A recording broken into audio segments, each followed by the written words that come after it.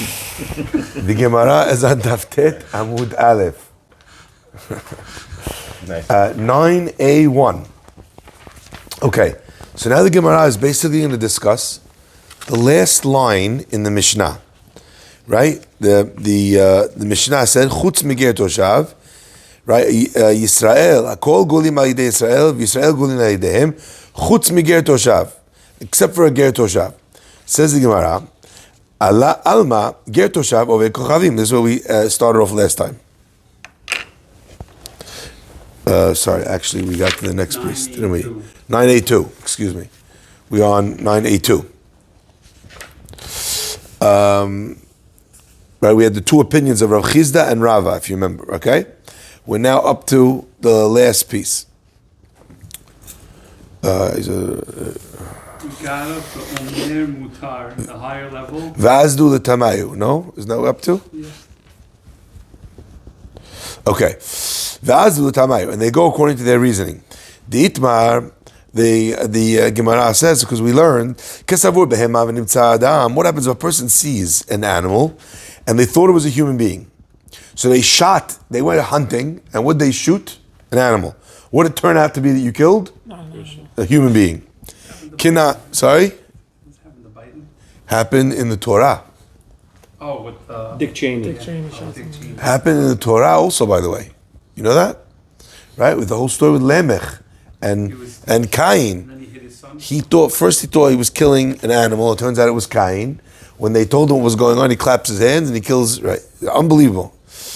But that's an exact example of this concept. All right, I'm not sure what's going on with this Zoom. There we go. Now it's on. Okay. So what happens? Kenani, or the guy thought it was a Kenani he was killing. Turns out it was ger toshav. Rava amar hayav. Rava says hayav. Why? Omer mutar karov lemezidu. A person who thinks that what he's doing is allowed, that's always, what's it called? It's closer to mezid than it is to shogeg. Okay? To by accident. When are we allowed to kill a Canaan person? Is it war? Maybe it's in a scenario where if he's a Kanani, you'd be allowed to kill him. Let's say it's as an example, a war or a time where they're worried about, people, terrorists or whatever. Gotcha. Right? By the way, also, this also happens in Israel. Pardon me. Friendly fire? No, they're guards. There's a very difficult situation. Guy comes, they think he's, what's it called? They think he's AB, and they kill him because they have information. And it turns out it was just a guy, Jewish guy. Guy's not 100%, doesn't understand what they were telling him, doesn't speak the language. They have these cases happen in Israel, unfortunately. That happens, okay? Omer mutar, says the Gemara, karov lemezidu, is considered closer to mezid than it is to shogeg. Rav Chizda amar patur. Rav Chizda says patur. Why? Because he holds omer mutar anusu. When someone says mutar, omer mutar, he thinks that what he's doing is mutar. That's honest, okay? That's not something that a person could get killed for. So when we had the machloket between Rav Chizda and Rava, and Rava explained the case to be a case of omer mutar, and the Gemara said, how could that be? Abaye estem. What do you mean? Omer mutar anusu. So what did Rava answer? Rava says, what do you mean? I'm the one who holds omer mutar is karov lemezid. You're asking me a question not according to the way I hold. So the Gemara over here is saying the reason why Rav Chizda had to come up with a different case and could not agree with Rava is because they actually argue on this specific point. The Gemara says, okay, well, I understand, Rava, that's what you say you hold. Fine, I get that. But let's try to understand the position itself. Says the Gemara, Rava asked the question on Rav Chizda's approach, that Rav Chizda said, if you think it's mutar, right, what's the halacha? Then you're patur. Why? Because it's honest. The Gemara says, right, let's look at the pasuk. Hin chamet al haisha shelakachta. Right, you see the pasuk on the side? Mm-hmm. It is pasuk number Gimel. Okay? Vayavo Elohim el Avimelech b'chalom halayla. God came to Avimelech in the nighttime, and he said to him, he said, Hin chamet, behold, you're going to die al haisha, for the woman asher lakachta that you took. V'hi b'ulat Baal. She belongs to someone. She's married. She's a married woman. So what do you see over there? Hincha met al Aisha shelakachta. My love bidei Adam. Don't we mean that hincha met means that the Bet Din is going to rule on you, that you hayav mitah? That's what God was saying. So you see that the person is culpable, even though when he took her, what did he think? Avraham Avinu said, Achoti, it's my sister. So since he said Achoti, and Hashem is saying Hinechamet, you see clearly from the pasuk that the guy is liable in Bet Din when he says Omer Mutar. I thought it was legal. I thought she was okay. The Gemara answers, no, what are you talking about? Lo. That idea that you're gonna die is Bidei Shamayim. That's why Hashem is saying that, look, end of the day, I'm gonna be the one that's gonna intervene. But there's no scenario in which Omer Mutar is going to be Hayav, is going to be obligated, because it's Karov Lemezid. Dekanami, the Gemara says, okay, look, you guys are both arguing, maybe yes, maybe not. Does anyone have any definitive proof here? Dekanami, says the Gemara, it sides with, the Duke sides with the opinion of Rechizda. Diktiv, because it says, Mehatoli. Look at the next pasuk. The pasuk says, "Vayomer elav Elohim b'chalom," and God said to Avimelech in the dream. Avimelech said to God, "What do you want from me? I thought she was single." And Hashem said, "B'chalom, gam anochi yadati." I also knew. Ki b'tov levavecha asita zot. You did this out of the innocence of your heart. Ve'echsoch gam anochi otecha, and I also saved you mechatoli, from sinning to me. That's why I didn't allow you to touch her. I knew your heart, your intentions that you didn't know, and therefore I stopped you from touching her, and therefore I stopped you mechatoli. Says the Gemara, when God says mechatoli, from sinning to me, what does that indicate? It's talking about that the sin over here was going to be to God, indicating that it wasn't the sin that was going to be punishable in a human court. It was mechatoli. It was a sin that was going to be punished bidei shamayim. But why? Leave it alone. If he's having relations with a married woman, yeah, it's not a sin against God. Sure, it is. God's punishing him because it's also a sin. It's a sin against both. Okay, but why is it just a sin against God? It isn't just a sin against God. What the Gemara is saying over here is that the punishment for that sin would have come from me. Because a regular court wouldn't convict him? Exactly, because of Omer Mutar. Right. Only because she he, under the pretense. Yeah, he thought that she was a single married woman. It was a sister, right? Okay. There's also another element over here that really needs to be understood, but let's just finish the Gemara's flow. Says the Gemara, 1 second. Okay. So I got what you said, mechatoli. Therefore, you want to tell me that the sin is only bidei shamayim. Okay? And therefore God was going to take care of it. Says the Gemara, but according to you, mechatati le'Elohim. Okay, let's look back. Next pasuk. The pasuk says by Yosef, when Yosef is in the house of Potiphar, eneno gadol b'ayit hazeh mimeni. No one in the house is bigger than me. Ve'lo chasach mimeni me'uma. And Potiphar did not hold back from me anything in the house. Ki im otach, only you. Ba'asher at ishto, because you're his wife. Ech eseh hara gadola azot. How could I do this terrible sin?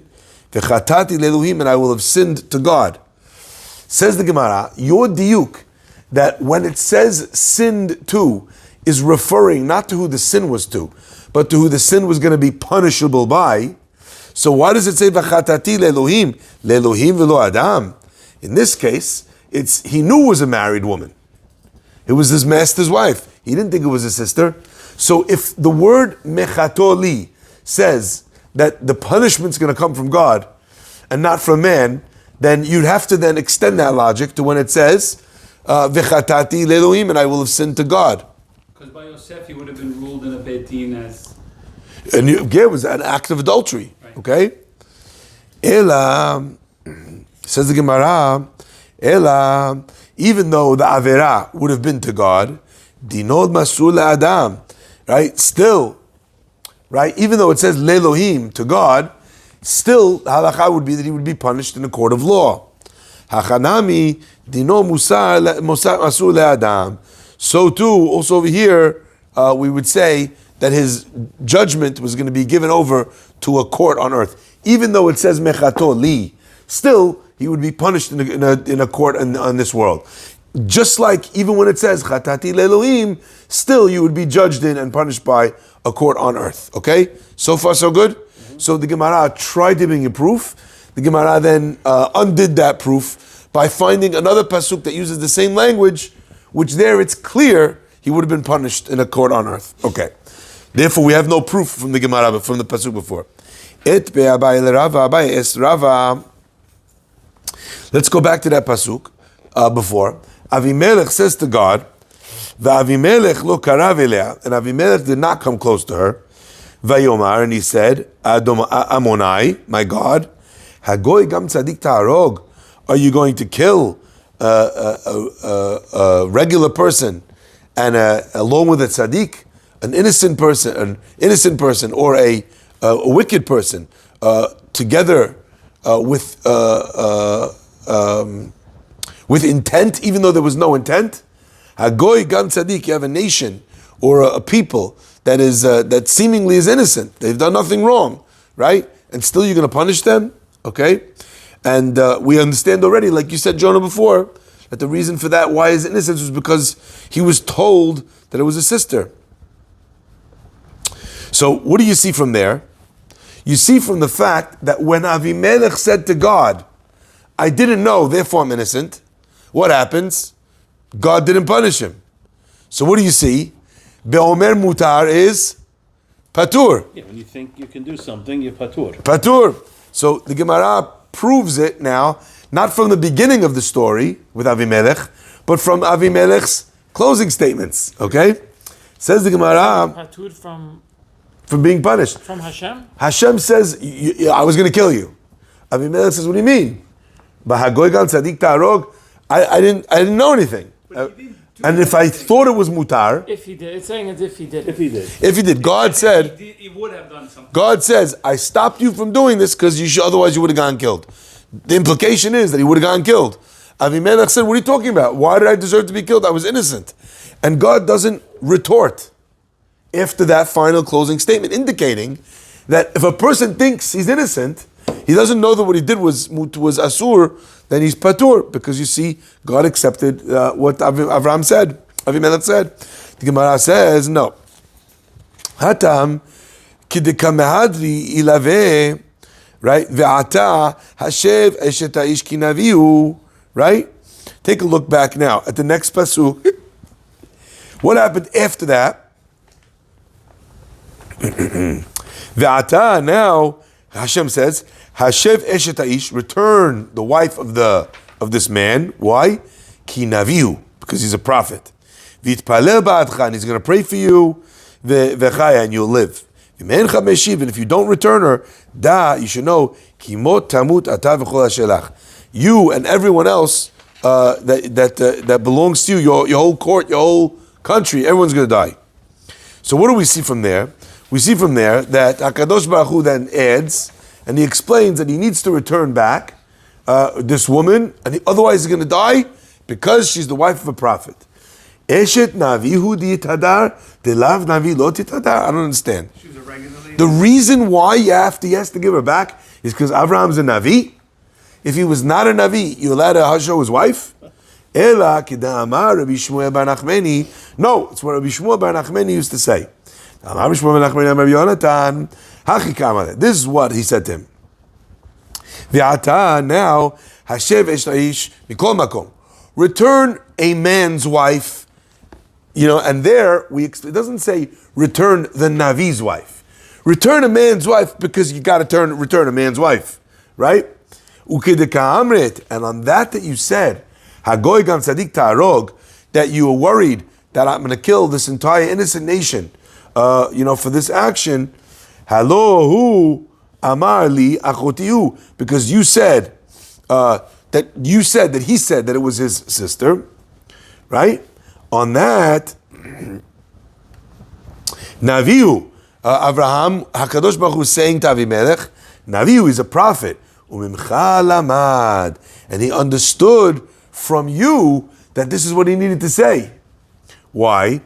Achsenayu shebala'ir, you have a guest that comes to the city, al iske achila u'shtiyashu alinoto.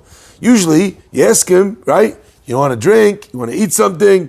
Klum shoalim oto ishtechazu, or achotchazu. You ask the guy if he wants a drink. Not if the woman he's with is taken, right? The minute he saw that the first question they ask him about is the marital status of the wife of the woman that's with him, he understood that he was in danger. Mikan sheben Noach neherag. You see from here that a person who's not Jewish, he's a ben Noach, he has das 7 mitzvot ben Noach. Neherag shaya lo lilmod v'lo lamad. He should have learned, he should have figured it out what the status was. V'lo lamad, and he did not learn. It seems to me that the Gemara is now deriving from here not only about a ben Noach, right? We're just saying that even by a ben Noach. But what would be, with regards to Omer Mutar, by someone who's not a ben Noach, what would be the parallel over here? The parallel one would imagine is also with regards to someone as well. Okay? Let's continue. Wait, why would the Noah part? Sorry? I got the Abraham part that his intentions he knew were wrong, but what's the last part about? They turned it Noah around on him and said, you should have been more respectful, kind, to do your due diligence, figure out what her status was, instead of just walking in, hey, is she your sister? Because that forced But what's the Abraham to last lie. part? Makan shebin Noach and Right? Harach That you That's see the from last you one. see from here that Hashem said Navihu, that you're blaming Avraham for the fact that he said that. Okay, here it's the opposite. He learned from what you said that his life was in mortal danger, so he had to change what he said because of you, indicating therefore that even though you did not know, it was your job to figure it out, because you should have known that maybe he would not be telling you the truth, right?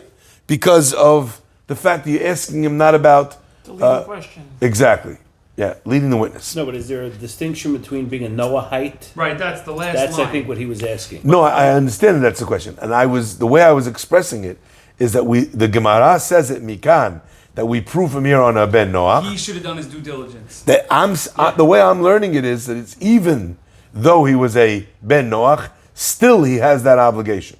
Right. That's how I'm understanding this. Yes. Okay. Okay.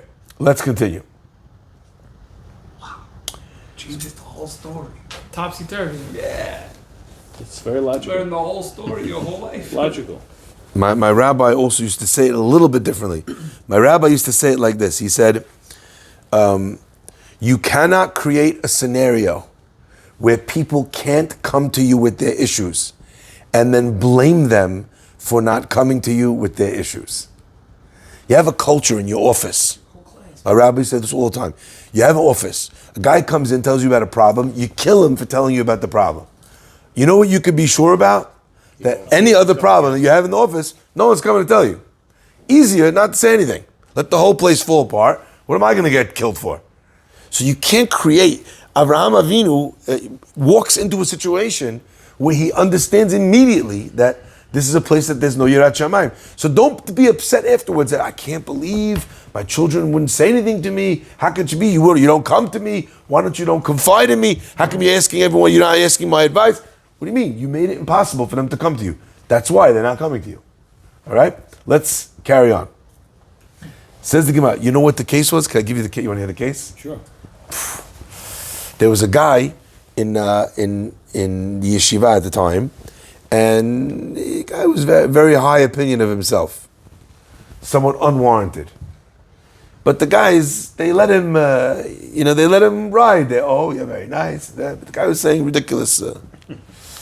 No, but they all like, wow, what a hidush, unbelievable, wow. They just Playing along. Anyway, what happens? The guy, after a while, decides, all these amazing hidushim, I can't keep them to myself. He puts out a sefer. Gives the sefer lots of people. Of course, now everyone in the whole world, they're not in on this thing. They tell the guy, what are you talking about? Amaretz, it says over here, this is against the pasuk. Anyway, the guy is shattered. Comes into the yeshiva 2 days after he's written this book he's now humiliated from. He walks in and he's screaming and yelling at all the people in the yeshiva. Like, why didn't you tell me? Why'd you do this to me? So Rav Berkowitz said that he remembers back then that the rabbi said about this fellow in the yeshiva, you can't create a situation where your opinion of yourself is so high and you're not willing to take any criticism, you don't listen to anybody, and then yell about the fact that nobody said anything to you. It's a great story. Yeah. Unbelievable, huh? All right, says the Gemara. Says the Mishnah. Hasuma eno gole. A suma does not get galut. Divrei Rabbi Yehuda. These are the words of Rabbi Yehuda. Rabbi Meir Omer. Meir says gole. He does get galut. And we'll see in a minute why you should think one way or the other. What's asuma? Someone who's blind. Blind. Yeah, someone who's blind. Gemara says, okay, what about a soneh, hasoneh, eno gole? A person who hates the person who was killed. So you kill this guy, turns out you're a person who has, generational hatred for this fella. Okay? Hasoneh eno gole. You don't get galut. Rabbi Yossi Omer, Yossi says, hasoneh ne'erag. Soneh, now he doesn't get galut, he gets killed. Why? Meishu kimuad. We look at this guy as if remember we had this already, tam and muad? You have short tam, the first 3 times we say, oh, it's innocent, right? It was not expected. After 3 times, what do we say? Muad, now it was expected. 3 times the guy established it. So the language over here doesn't mean that he had to do something 3 times. It just means that the fellow was prepared and ready to be able to do damage. And if you remember, we actually spoke about this idea earlier on, that we don't even need hatra'ah. Because the guy's doing it on purpose. Warning. That's the warning. We even talked about, remember, there was a scenario, the Gemara said, well, you don't even need to give a warning. Why? Because he's a soneh. He's someone who hates him. It's like it's premeditated. Exactly. But it's not just premeditated. It's pre-qualified premeditation. I don't think it's premeditated. No, did you hear how I changed it? Yes, I saw that. Yeah. Yeah, go ahead. What are you saying? He's lying in the wait. He is perpetually lying in the wait. Even when we don't think he's lying in the wait, he's lying in the wait. The guy is, you know what it's like? It's like Esav. Esav, after the Berachot, what does he say? When will my father die? Right. So That I can kill Yaakov Avinu. Yaakov is in a constant state right now of danger from Esav. That's premeditation. No, but it's more than premeditation. I got it. Why? Because premeditation, you need to establish that it was premeditated. That's why he's arguing with you. What we're saying over here is no. This guy know about law. Well, what we're saying over here is that I don't need to have a statement like Esav gave. Esav said, "I'm gonna kill him. First chance I get. Somebody stop me!" Right? That's not what you need. What you need over here is just to know that there's a deep hatred. That's enough. Okay? I always imagine, you see at these rallies, you have all these pro-Israel, everyone with his flags. Then you have these guys in the back, and the anger that they bring out in people. I always imagine, if you saw one of those guys at the end of a rally dead, you know that was pre-qualified, and I'm not saying undeserved, I'm saying pre-qualified and premeditated. Because there's such an anger that people have for these people, the absolute lowest of the low, traitors of the highest order, or perhaps lowest order. Says the Gemara. Neshu kimuad. Rabbi Shimon says, Yesh soneh gole, yesh soneh she'eno gole. Rabbi Shimon flips the whole story on its head. So let's review. The first says soneh eno gole. Can you tell me why soneh should not get galut? Anyone? Because It was inadvertent. No, soneh does not get galut. A hater does not get galut. Why not? Because it's premeditated. So then it's worse. Yeah. Because you get killed. It's not accidental. Oh, so no. Oh, that's I wanted to trap you. Okay, because you'd say it would be because you got killed. But take a look. Rabbi Yossi Omer Hasoneh Ne'erag. Yeah. What does that tell you about the words before it? The other rabbi says he's not getting. If Rabbi Yossi comes in and tells you that he gets killed, what did the first rabbi hold? Not killed. Not killed. So if he's not killed, why does he get galut? Why does he get galut? Why doesn't he get galut? So, a soneh does not get galut. Why does he get galut? The answer is because he get killed. But the next opinion proves that the first opinion was not saying galut. Isn't it Eno? Was not saying executed. Isn't it Eno Galut? Not Eno galut. It does not get galut. get Galut. Which means he would get executed? So you'd think that. That's what you'd The think. next line, Rabbi. But the next line is Rabbi Yossi says, Nerag. Isn't it just stating what that means? He doesn't get It executed. was obvious. All of us would have thought that. What's the answer? Everybody forgets this every time. Hashem takes It's care up of to it. Hashem. No. Close. Intent? It's not enough. Galut is not enough. Right. A lot of times when the guy doesn't get galut, it's not because he's not enough of a killer. He's not enough responsible. He's too responsible. He's just not responsible enough for execution. So maybe it's. So he's So the first opinion is we can't kill him because maybe there's no hatra, maybe this opinion holds something else. We'll see, okay? But he doesn't get galut because you can't call it shogeg. his actions are more than galut, but less than. Less than exactly. He's in the middle. That's how the Tana Kama, the original Tana, would seem to be holding. And to the question, what do you mean? How come he doesn't get galut? We know he did it on purpose. The answer is two on purpose. Okay? The Gemara says, Rabbi Yossi says, Soneh Ne'erag. Comes Rabbi Shimon. Rabbi Shimon says, hold on. Let's understand. Yesh Soneh Goleh, the Yesh Soneh She'eno Goleh. There's two Sonehs. One Soneh gets galut, one Soneh does not get galut. Zaklal.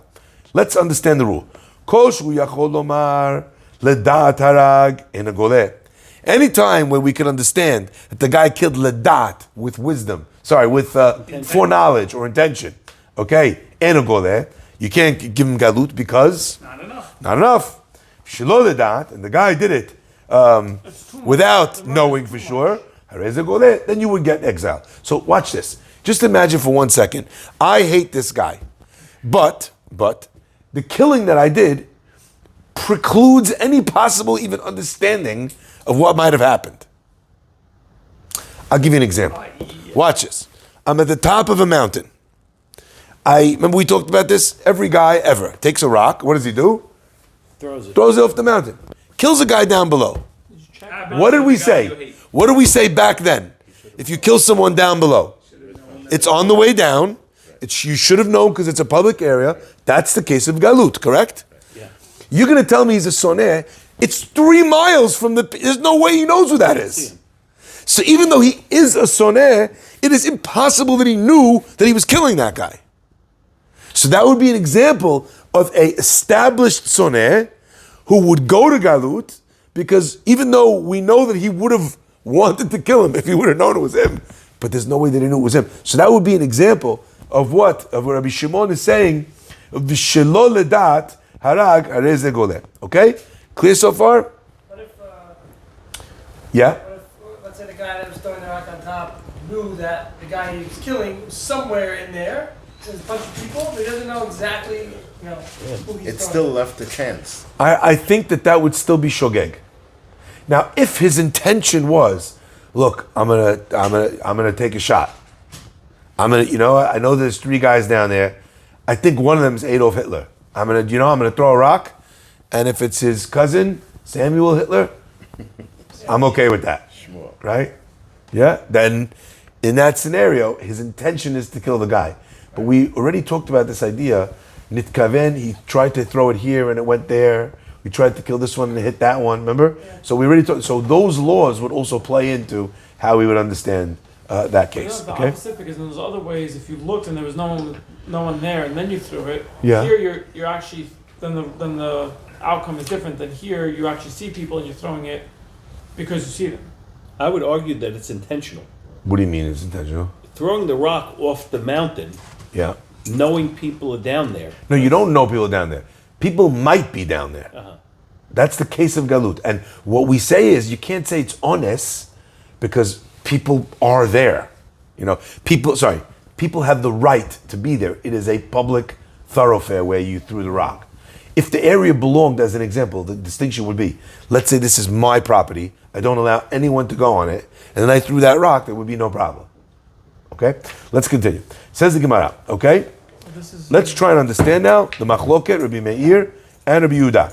The first 2 opinions. Remember, Rabbi Yehuda says, the Suma eno goleh, Rabbi Yehuda says, and Rabbi Meir says, no, he does get galut. Tan Rabbanan, we learned, the Pasuk says, Belo re'ot. Let's take a look at the pasuk inside. The pasuk says, "O bechol even," or with any rock, asher yamut ba belo reot, any rock that a person dies with it, belo reot, without seeing, vayapel alav vayamot, v'hu lo oyev lo, and it falls on him and he dies, v'hu lo oyev lo, and he's not his enemy. V'lo mevakesh ra'ato, he's not trying to do bad to him. Okay, that's the pasuk. The Braita says, "Belo reot." What does it mean that he killed him with the rock without seeing? The Gemara says, "Prat l'suma." It's coming to exclude a suma. A blind person is excluded from exile. Why? Because the pasuk says it has to be someone who did it belo reot. He wasn't looking. He didn't see the guy. Exclusion, what is that telling you? A guy who doesn't see anything, or anyone, ever. It's like the pasuk is illustrating that you did this and you didn't see the guy. But a guy who doesn't see anything ever is not in the pasuk, okay? First opinion. Prat lesuma. Divrei Rabbi Yehuda. Rabbi Yehuda says, that's how he learns. Rabbi Meir says, Bilo reot, lerabot et hasuma. It says you killed someone without seeing them. That doesn't exclude a blind man. That includes a blind man. You killed the guy without seeing. Who is more in this pasuk than a blind man? Meir is on the ball. I don't know. What do you mean he's on the ball? I'm saying his point is a little bit more solid than Rabbi Yehuda. So let's try and understand. A blind man can see better than a person that can see. What do you mean? His senses His are more other acute, senses. Yeah, but he can't see. but he can feel. That's true. But if the pasuk says below reot, It's in Ta'anit, no? so you see. Well, sorry. We learned that in Ta'anit with this torch. With the blind man walking in the night with the torch. Yes, the blind walking in the night. Yes. Okay. But Now, Rabbi, if you're in a 1 minute. Let me just finish this point, and I'll circle back. One more time. Rabbi Meir is taking the words at face value. At face value, of course, it excludes a blind man. So let's understand for sure the easier dirasha is Rabbi Meir. You killed the guy without looking, that's the case of Galut. Without seeing him. Okay, blind man. He's never been more qualified for a job in his life than not seeing somebody. Okay?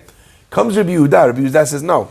If the pasuk is telling you that he killed this man below re'ot without seeing him, Means he has the ability. means he has the ability to see, but he didn't see him.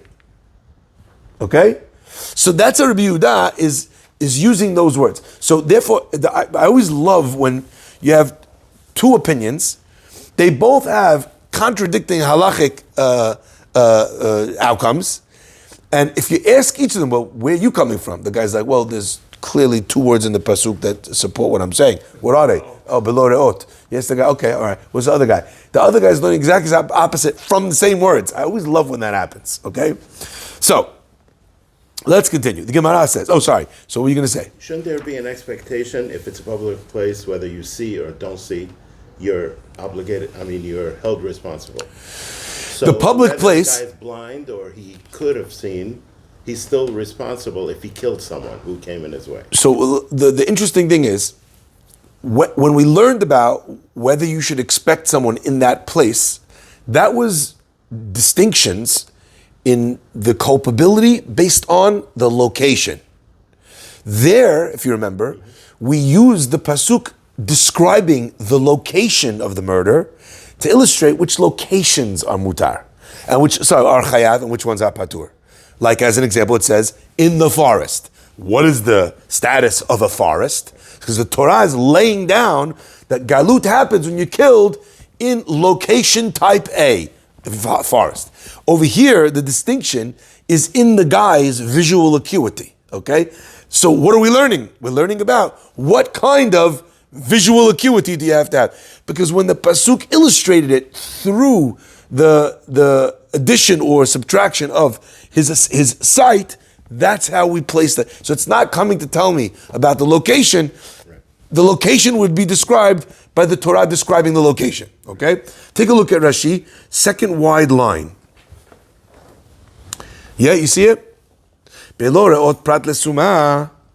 Rabbi Yehuda's drasha that we said is harder to understand. Rashi says, Dimashma, the words, and he killed someone without seeing them. Demashma kan lo ra'ah. Here, in this case, in this instance, this person lo ra'ah. Aval ro'eh b'makom acher. In general, he sees. Prat lesuma she'eno ro'eh b'shum makom. This suma didn't not see the guy in the forest. He did not see the guy he was killing. He didn't see anything ever. Okay? Precludes the one who can't see anything ever. It precludes the one who can't see anything ever. So that's how Rabbi Yehuda is learning the words of Bilorot. Okay, let's continue. Fine. Maitama, says the Gemara, Maitama Rabbi Yehuda. Why does Rabbi Yehuda learn the way he learns? Dichtiv, because it says, V'asher yavo et re'ehu bayar. Earlier on, exactly like Jack pointed out, it says in the Pasuk, when you come with your friend into the yar, right? And over there, what did we say? Over there, it's dependent on the location. Once you define the location as a place that swinging an axe makes you responsible, afilu suma, even a blind person, because the blind person knows that he's in a location where he can't be swinging axes, okay? And he's able to come to this place, he's able to walk into this forest, and he's able to be held responsible. Ata biloreot mate, comes the word biloreot, right, without being able to see. He didn't see this person, and that comes to be mema'et. That comes and excludes you. The Gemara says, okay, so why is Rabbi Meir learning the way he's learning? Rabbi Meir learns biloreot lema'et. When you see the word biloreot, what does it come to exclude? A person who can't see is referring to a person who can't see. Bivli dat, when it says when you were not aware, you had no knowledge of what was taking place, lema'et, that's coming to exclude. Right? Because 2 times a blind person would be excluded from this pasuk. He's excluded because he can't see, and he's excluded because he doesn't know. So when you have a mi'ut, achar mi'ut, a mi'ut after mi'ut, a double negative, right? Have a mi'ut achar mi'ut, el rabot. A double negative is always a positive. Okay? El rabot. So that's why Rabbi Meir understands the way he understands. Okay? By the way, you know what I always loved about this piece of the Gemara? Jonah. The Gemara did not feel a need only to justify why Rabbi Yehuda learns the way he learned. The Gemara also felt it needed a reason to justify why Rabbi Meir learned the way that he learned. So in the eyes of the Gemara, it wasn't that... Obvious for Rabbi Meir. Exactly. You see, from the fact the Gemara asks it both ways, it illustrates the Gemara says it could have gone either way. Rabbi Meir, you need to explain your position too. Why did you learn it this way? Okay? Have a mi'ut achar mi'ut and en mi'ut achar mi'ut ela lerabot. Says the Gemara, okay, now we have this question on Rabbi Yehuda, because beloreot, according to Rabbi Yehuda, right, is a mi'ut also. And then you have biblidat, also mi'ut. Rabbi Yehuda, so how does he explain biblidat, the words biblidat? The Gemara says, prat limitkavenu de'ata. It doesn't mean, it's not coming to exclude someone, biblidat, who did not know. It's coming to exclude someone who did it on purpose. You see, Rabbi Meir's understanding of the words, a person who killed without knowledge means a person who was lacking the knowledge. Rabbi Yehuda says, no, that's not how I interpret that pasuk. Bibli dat means a person who killed without intention. So Rabbi Meir learned bli dat means without awareness. Rabbi Yehuda learns bibli dat without intention. So a blind person could have intention in this case? What do you mean? Where if he could have intention to kill him? According to Rabbi Yehuda, that wouldn't matter. No, of course it would matter, but he would not get galut, because he's excluded from galut. Your question of what do you mean? It says bibli dat, which is a mi'ut achar mi'ut. It says Rabbi Yehuda, no, I didn't learn it about him, about the blind guy. I learned this about a person who does not have intention, okay? Not about a person who does not have awareness. Okay. Says the Gemara, okay. Prat mikavenu da'ata. So according to Rabbi Yehuda, there's only one mi'ut, and therefore he uses it. He uses the one mi'ut to exclude the suma. The Gemara continues. Rabbi Yossi Omer, Rabbi Yossi says, Hasoneh ne'erag. a person who is an enemy of that person, someone who hates that person, he gets killed. Ask the Gemara, what do you mean? How could you do that? V'hala atrube. They did not give him hatra'ah. The Gemara says, right? If they did not give the guy hatra'ah, they did not give him warning before he killed the guy, right? The halacha is that you can't kill the guy. So how could Rabbi Yosef say hasoneh ne'erag? Didn't we learn before that soneh is the warning? Sorry? We learned before that soneh is the warning. This is where we're learning it from. So we definitely said The Gemara over there was quoting something from over here. from later on. Oh, Yes. Okay. The Gemara says matnitan. It's a Mishnah. Rabbi Yossi bar Yehuda. The Mishnah is Rabbi Yossi bar Yehuda, right? That holds, right? That you don't always need it. The Tanya, Rabbi Yossi bar Yehuda Omer Chaver eno tzrich hatra. A Torah scholar doesn't need to be warned that it's asur or that he's going to get this punishment because he already knows. The only reason why you have hatra is el lavchin ben shogeg mezid. The purpose of a warning is to decide: did the guy mean to do it? Right? Or did the guy not mean to do it? Once I know that the guy meant to do it, and how do I establish that? By having an ignored warning, right? Then already the halakha would be that you do not need hatra. Now, you remember that? Remember there was two Rabbi Yossis? That's that Gemara. So the Gemara over there is quoting this piece over here. So too, Rabbi Yossi in our Mishnah holds hasoneh ne'erag. Why? There must not have been hatra.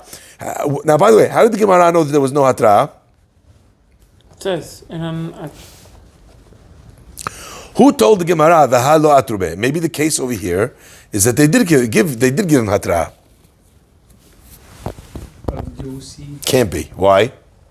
because he's the one who pulls the. No. Oh. We have machloket here. One opinion says soneh gole. Oh, The other opinion says Rav Yossi. soneh eno gole. Soneh ne'erag. If they're arguing in the same case, then the second case must not be when there was hatra. Why? Because if there was hatra, then the first guy would not hold that there's galut. You got it? Yeah.